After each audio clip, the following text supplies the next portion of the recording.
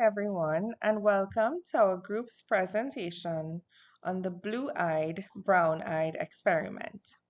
Our group members consist of Matthew Burke, Megan Lalchan, Kadeen Mitchell, Lorcan Hay, and Justin Ragunanan. Discrimination and bias exist in many aspects of society, shaping how people are treated and how they perceive themselves. One of the most well-known psychological experiments that demonstrated this effect was Jane Elliott's. Jane Elliott, an American teacher, first conducted this experiment in 1968 with her third grade students just after the assassination of Dr. Martin Luther King Jr. She wanted to show how discrimination feels and how it affects performance and self-esteem. By dividing her class into two groups, one with blue eyes and one with brown eyes, she created a situation where one group was treated as superiors and the other as inferior. Almost immediately, students' behavior and academic performance changed, proving how arbitrary characteristics can influence how people are treated. We see similar biases at play in Trinidad today, especially as we approach the upcoming general election. Many voters make decisions not just based on policies or leadership skills, but on ethnic background, party affiliation, or even personal appearance. Just like in Elliott's experiment, where eye color determined a child's treatment of self-worth, in politics, a candidate's race, accent, or historical association with a party can unfairly shape public opinion. In this presentation, we will explore the details of Elliott's experiment and connect it to real-world examples, particularly in Trinidadian schools, workplaces, and politics. We will examine how these biases impact society and discuss ways to create a more inclusive and fair environment, whether in classrooms or even on our election day. All right, let's imagine something for a second. You walk into school one morning and your teacher tells you that because of something as random as your eye color, you are either smarter, more important, and deserving of special treatment, or that you're not. This happened in Jane Elliott's classroom back in 1968, the day after Dr. Martin Luther King was assassinated. Elliott, a third grade teacher in Iowa, wanted to teach her students a lesson they'd never forget, a lesson on what it feels like to be judged unfairly. So she split her class into two groups, blue-eyed students and brown-eyed students. On the first day, she told the class that blue-eyed kids were superior. They were naturally smarter, cleaner, and overall just better than the brown-eyed kids. And to prove it, she treated them differently. The blue-eyed kids got extra privileges, longer recess, the right to sit in front of the class, and even access to the drinking fountain before the others. Meanwhile, the brown-eyed kids had to wear collars so everyone could instantly recognize them. They weren't allowed to play with the blue-eyed students, and they were treated as if they were slow, lazy, and not capable. Now you might think, these are kids. They'll know this isn't real. But what happened next was shocking. Within just a few hours, the blue-eyed children started acting like they were really better. They became more confident, outspoken, even bossy toward the brown-eyed classmates. What's even crazier is that they actually performed better on schoolwork than they had before. The brown-eyed kids, on the other hand, became quiet, withdrawn, and started making mistakes, even in things they knew how to do. Pause for a second and think about it. Nothing changed about these kids. Not their intelligence, not their abilities, only the way they were treated. And that alone was enough to affect their confidence and performance. But the next day, Elliot flipped the script. She told the class she had made a mistake. Actually, it was the brown-eyed kids who were superior. And just like that, the roles reversed. Now, the brown-eyed students became confident, happy, and performed well, while the blue-eyed students suddenly felt small, insecure, and struggled with their schoolwork. Now, what does this tell us? It proves that when people are constantly told they aren't good enough, they start to believe it. This is something we see in everyday life, whether it's in schools, workplaces, or even politics. Think about it. In Trinidad, aren't some students expected to perform better or worse just because of their background, the way they speak, or the school they attend? And there are people in our society who get treated differently not because of their abilities, but because of their skin color, their last name, or even their neighborhood? And what about the looming general elections? How often do we see voters judge politicians based on their ethnicity, family name, or which party they belong to, rather than what they actually stand for? Just like in Eliot's classroom, bias can shape opportunities, self-confidence, and even success. Jane Elliott continued her experiments with adults in workplaces, and the results were always the same. Whether people were made to feel inferior, their confidence, behavior, and performance suffered. When they were made to feel superior, they treated others less than. And that's the dangerous part of bias. It can be so subtle that we don't even realize when we're doing it. So the big question is, if something as simple as eye color could make children believe they were better or worse, imagine how much impact real world biases like race, gender, or social class have on people every day. This experiment teaches us an important lesson. Bias doesn't just exist in our minds, it has real consequences. It shapes how people are treated, how they perform, and ultimately what opportunities they get in life. And this is something that is still happening today, right here in Trinidad.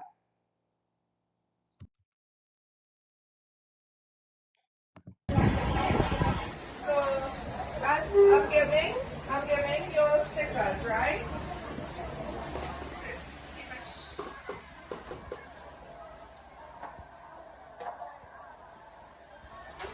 Put it on your shirt. Put it on your shirt.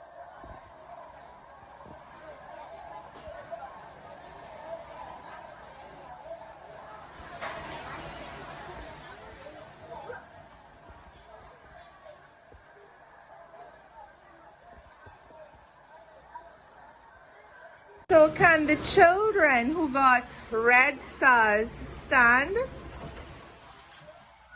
Can the children who got silver stars stand?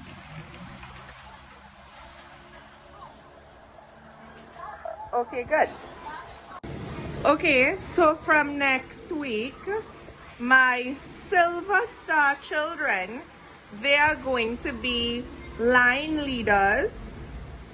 They are going to they are going to have the duties such as going for the lunch, right? And you all will actually have the opportunity to be the next school prefect, right? You can also answer questions first from next week to win our weekly prize, right? However, my Red Star children, you will not be doing that. You will have to wait on them, because this side of the class is a bit better than you all.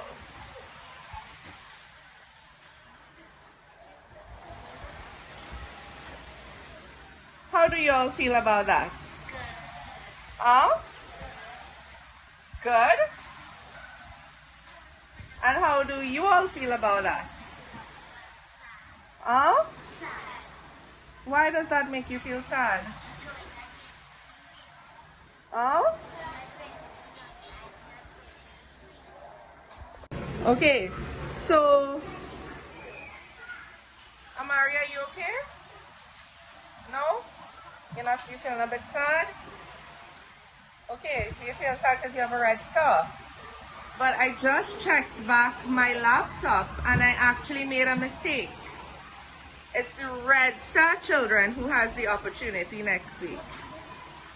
And it's the silver ones who don't. So now, do you all think it's fair? Huh?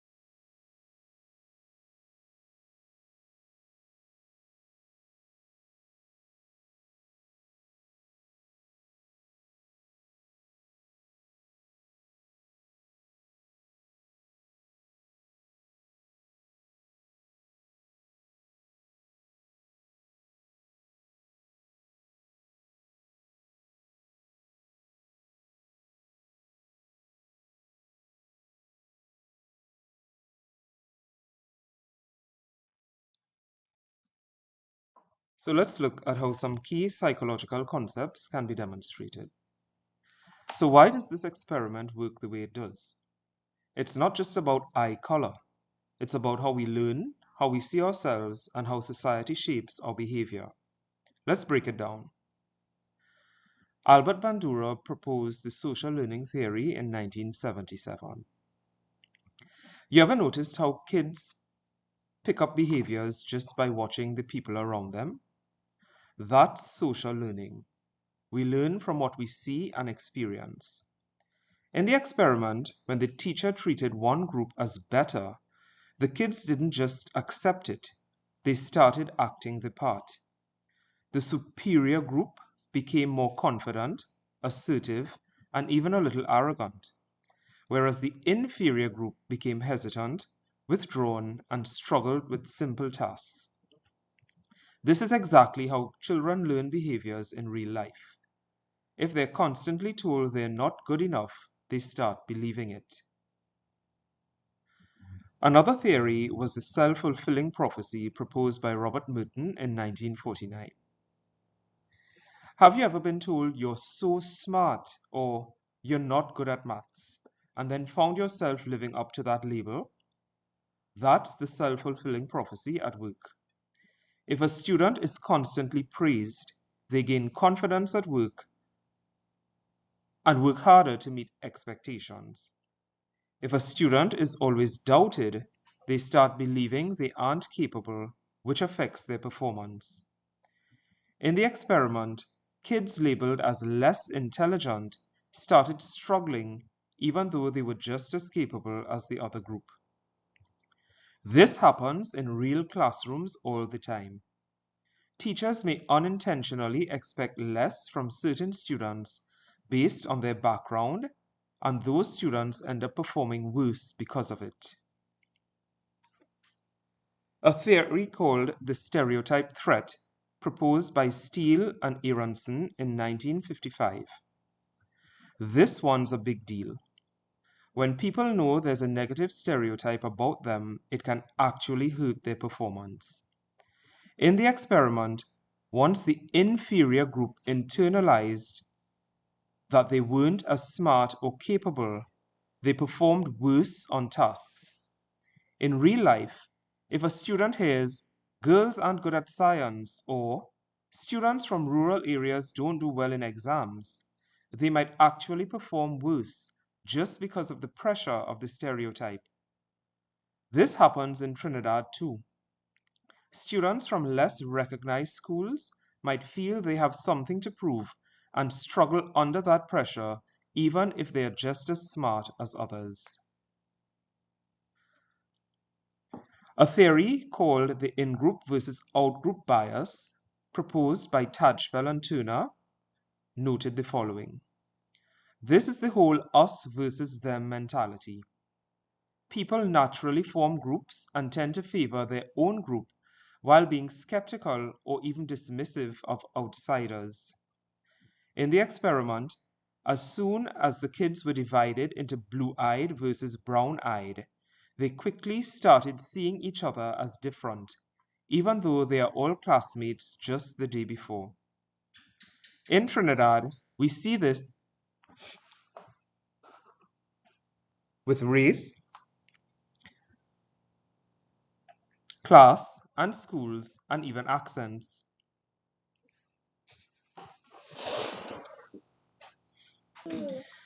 Where some people automatically assume others are less than just because they belong to a different group. This is why breaking down bias and stereotypes is so important. Because when we start treating people based on who they really are,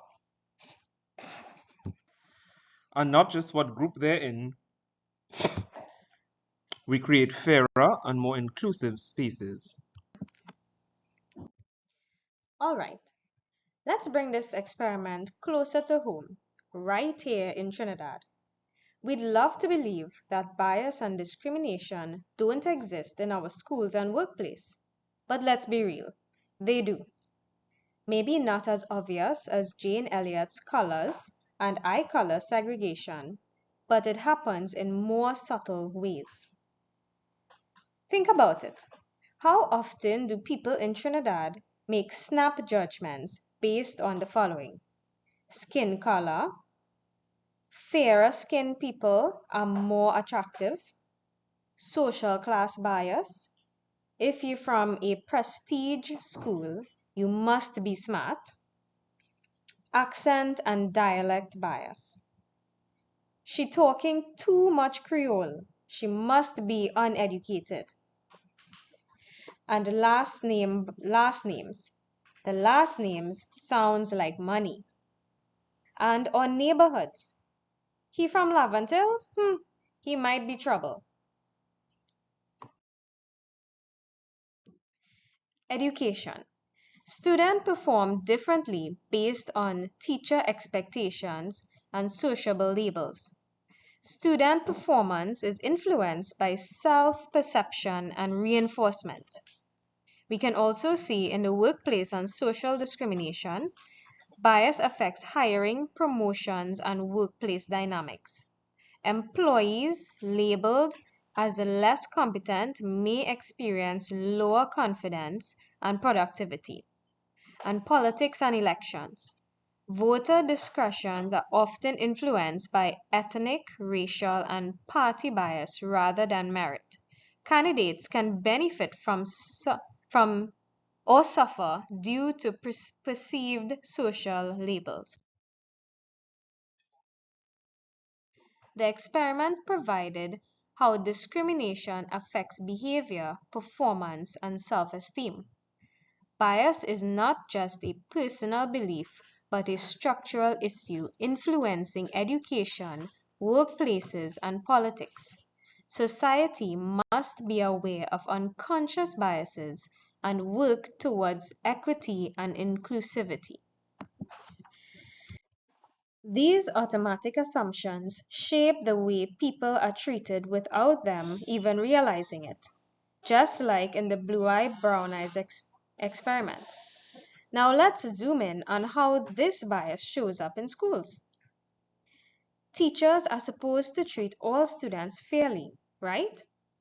But here's the thing, bias can be unconscious, meaning even the best teachers might be guilty of it whether or not they realize it.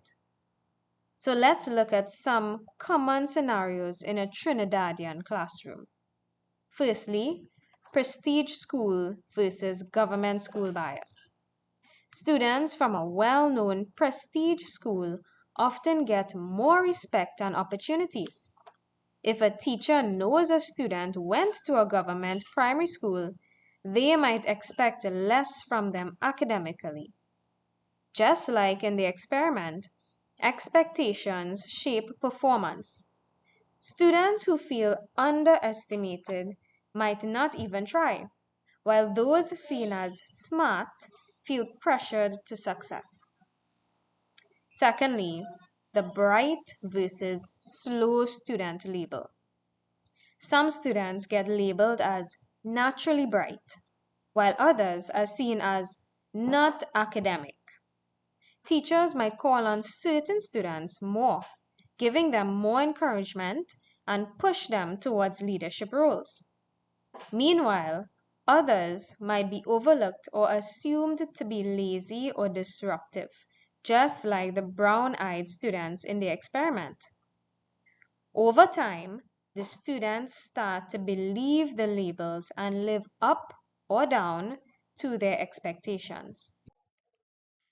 Third, language and accent bias. A child who speaks Trinidadian Creole fluently might be seen as unpolished compared to the one who speaks standard English. Teachers may correct some students more harshly for their dialect while letting others slide.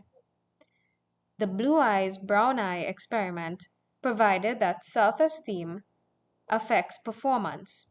Students who feel criticized may avoid speaking up in class. Discipline and behavior expectations. In many schools, students from certain ethnic or social backgrounds are punished more harshly for the same behavior. For example, A teacher might say, "He's just being playful," for one student, but call another rude and disrespectful for the same action. Over time, students treated like troublemakers may start acting out because that's what expected of them.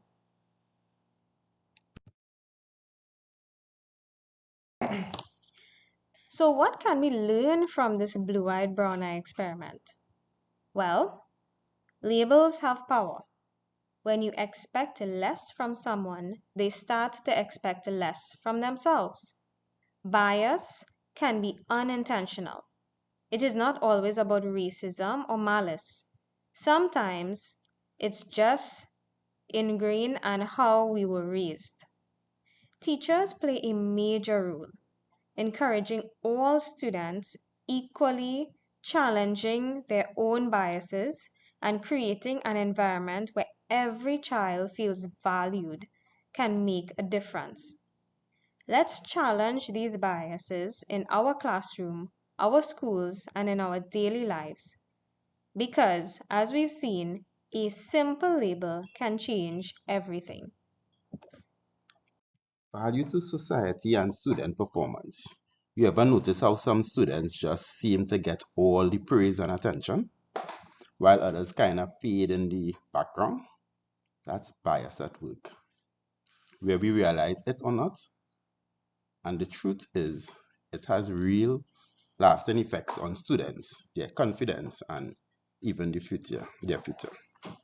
How bias hurts students? It messes with their grades. Imagine you're in school and every time you try to answer a question, the teacher kind of brushes you off. But your classmates who comes from a more prestigious school or wealthier background always gets encouraged. Over time, you might just stop trying. Why bother? Nobody expects me to do well anyway.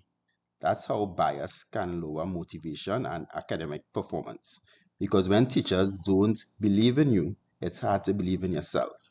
Example, in Trinidad, we often hear things like, well, he went to a prestige school, so of course he'll go to UE. Or that school only has slow students. The label sticks. It crushes confidence.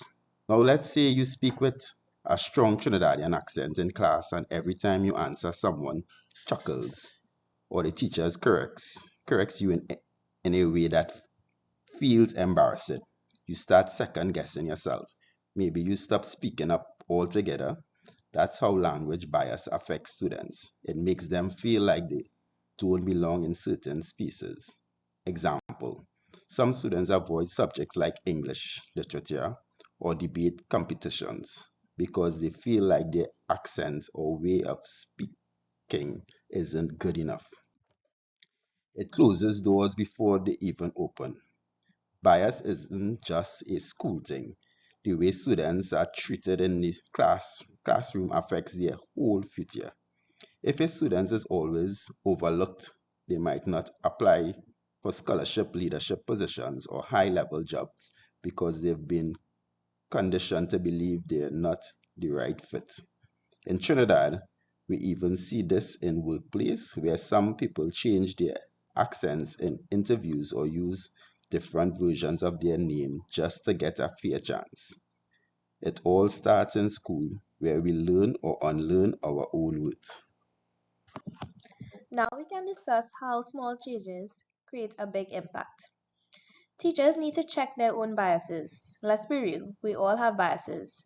But teachers have to be extra careful because their words and actions shape young minds. So a solution can be more schools need to introduce bias awareness training for teachers so they can recognize when they're treating students unfairly, even unintentionally.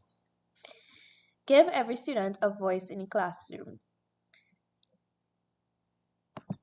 Classroom should be a safe space where all students feel comfortable speaking up.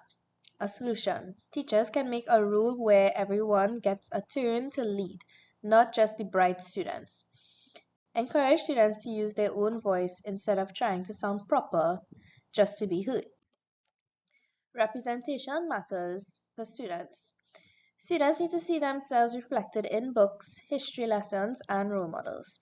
A solution: schools need to include local success stories of people from all backgrounds, not just those from elite schools or wealthy families. For example, highlighting Trinidadian figures who broke barriers despite facing bias. Support systems for students who need it the most. Sometimes students just need one teacher, mentor, or community program to remind them they're capable. A solution: more mentorship programs for students from underserved communities where they can get tutoring, career guidance, and encouragement. For example, programs like rotating student leadership in the classroom, so everyone can get a chance to build confidence. Breaking the cycle. Bias in schools is a big deal, but it's not impossible to change. A few small shifts, teachers being more conscious, students getting equal chances, and schools celebrating diversity, can completely transform a child's future. At the end of the day, every student deserves to feel seen, heard, valued, because once they do, there's no limit to what they can achieve. In conclusion, what did we all learn from this? The blue-eyed brown eye experiment showed us how quickly people can start treating others unfairly just because of something as random as eye color. And if that can happen in just a few hours, imagine what happens over years when students are treated differently because of their skin color, accent, school, or background. The truth is, bias is real, and it affects how students see themselves, how teachers treat them, and even the opportunities they get later in life. But here's the good news: we can change it. Teachers can be aware of their biases and make sure they're giving every student a fair chance. Schools can create spaces where all students feel valued, no matter where they come from. We as a society can start breaking down those stereotypes so that every child in Trinidad feels like they belong. At the end of the day, education should be about lifting students up, not holding them back because of outdated biases. Because when we start seeing students for their potential instead of their labels, that's when real change happens, and that's something worth working toward. Now we'd like to review with a final thought. Education should empower, not limit. Seeing students for their potential, not their labels, is key to progress. Thank you very much.